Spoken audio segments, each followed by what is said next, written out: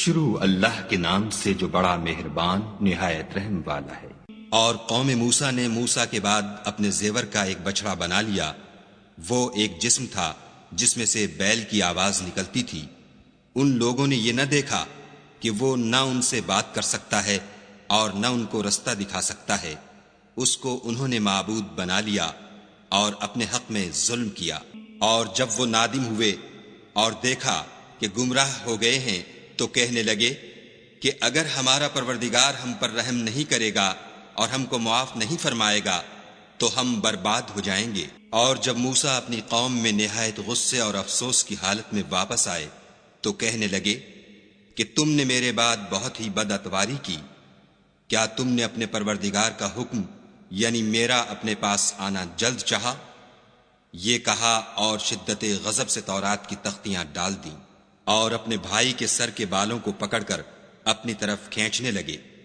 انہوں نے کہا کہ بھائی جان، لوگ تو مجھے کمزور سمجھتے تھے اور قریب تھا کہ قتل کر دیں، تو ایسا کام نہ کیجیے کہ دشمن مجھ پر ہنسیں اور مجھے ظالم لوگوں میں مت ملائیے۔ تب انہوں نے دعا کی کہ اے میرے پروردگار، مجھے اور میرے بھائی کو معاف کر دے اور ہمیں اپنی رحمت میں داخل کر، تو سب سے بڑھ کر رحم کرنے والا ہے۔ خدا نے فرمایا کہ جن لوگوں نے بچڑے کو معبود بنا لیا تھا ان پر پروردگار کا غضب واقع ہوگا اور دنیا کی زندگی میں ذلت نصیب ہوگی، اور ہم افترا پردازوں کو ایسا ہی بدلہ دیا کرتے ہیں۔ اور جنہوں نے برے کام کیے پھر اس کے بعد توبہ کر لی اور ایمان لے آئے تو کچھ شک نہیں کہ تمہارا پروردگار اس کے بعد بخش دے گا کہ وہ بخشنے والا مہربان ہے۔ اور جب موسیٰ کا غصہ فرو ہوا تو تورات کی تختیاں اٹھا لیں، اور جو کچھ ان میں لکھا تھا وہ ان لوگوں کے لیے جو اپنے پروردگار سے ڈرتے ہیں ہدایت اور رحمت تھی۔ اور موسیٰ نے اس میعاد پر جو ہم نے مقرر کی تھی اپنی قوم کے 70 آدمی منتخب کر کے کوہ طور پر حاضر کیے۔ جب ان کو زلزلے نے پکڑا تو موسیٰ نے کہا کہ اے پروردگار، اگر تو چاہتا تو ان کو اور مجھ کو پہلے ہی سے ہلاک کر دیتا۔ کیا تو اس فعل کی سزا میں جو ہم میں سے بے عقل لوگوں نے کیا ہے ہمیں ہلاک کر دے گا؟ یہ تو تیری آزمائش ہے، اس سے تو جس کو چاہے گمراہ کرے اور جسے چاہے ہدایت بخشے۔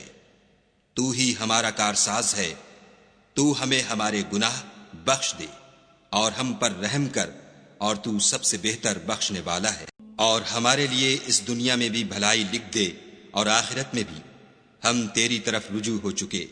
فرمایا کہ جو میرا عذاب ہے اسے تو جس پر چاہتا ہوں نازل کرتا ہوں، اور جو میری رحمت ہے وہ ہر چیز کو شامل ہے۔ میں اس کو ان لوگوں کے لیے لکھ دوں گا جو پرہیزگاری کرتے اور زکوٰۃ دیتے اور ہماری آیتوں پر ایمان رکھتے ہیں، وہ جو محمد رسول اللہ صلی اللہ علیہ وآلہ وسلم کی جو نبی امی ہیں پیروی کرتے ہیں، جن کے اوصاف کو وہ اپنے ہاں تورات اور انجیل میں لکھا ہوا پاتے ہیں۔ وہ انہیں نیک کام کا حکم دیتے ہیں اور برے کام سے روکتے ہیں، اور پاک چیزوں کو ان کے لیے حلال کرتے ہیں اور ناپاک چیزوں کو ان پر حرام ٹھہراتے ہیں، اور ان پر سے بوجھ اور طوق جو ان کے سر پر اور گلے میں تھے اتارتے ہیں۔ تو جو لوگ ان پر ایمان لائے اور ان کی رفاقت کی اور انہیں مدد دی، اور جو نور ان کے ساتھ نازل ہوا ہے اس کی پیروی کی، وہی مراد پانے والے ہیں۔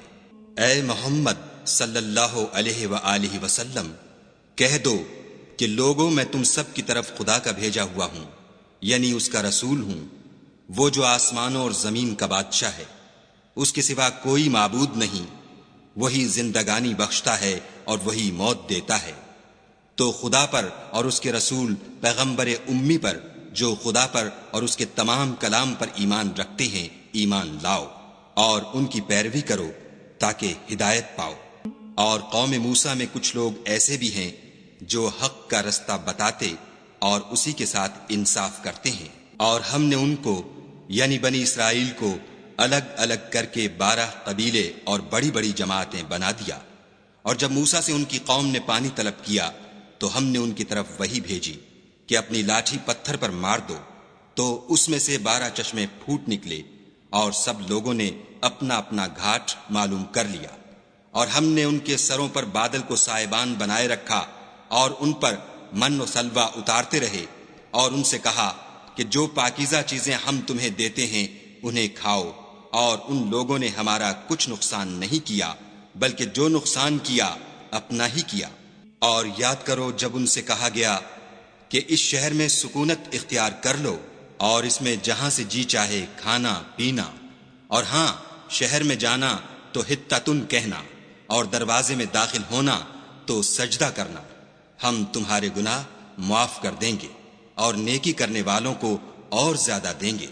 مگر جو ان میں ظالم تھے انہوں نے اس لفظ کو جس کا ان کو حکم دیا گیا تھا بدل کر اس کی جگہ اور لفظ کہنا شروع کیا، تو ہم نے ان پر آسمان سے عذاب بھیجا اس لیے کہ ظلم کرتے تھے۔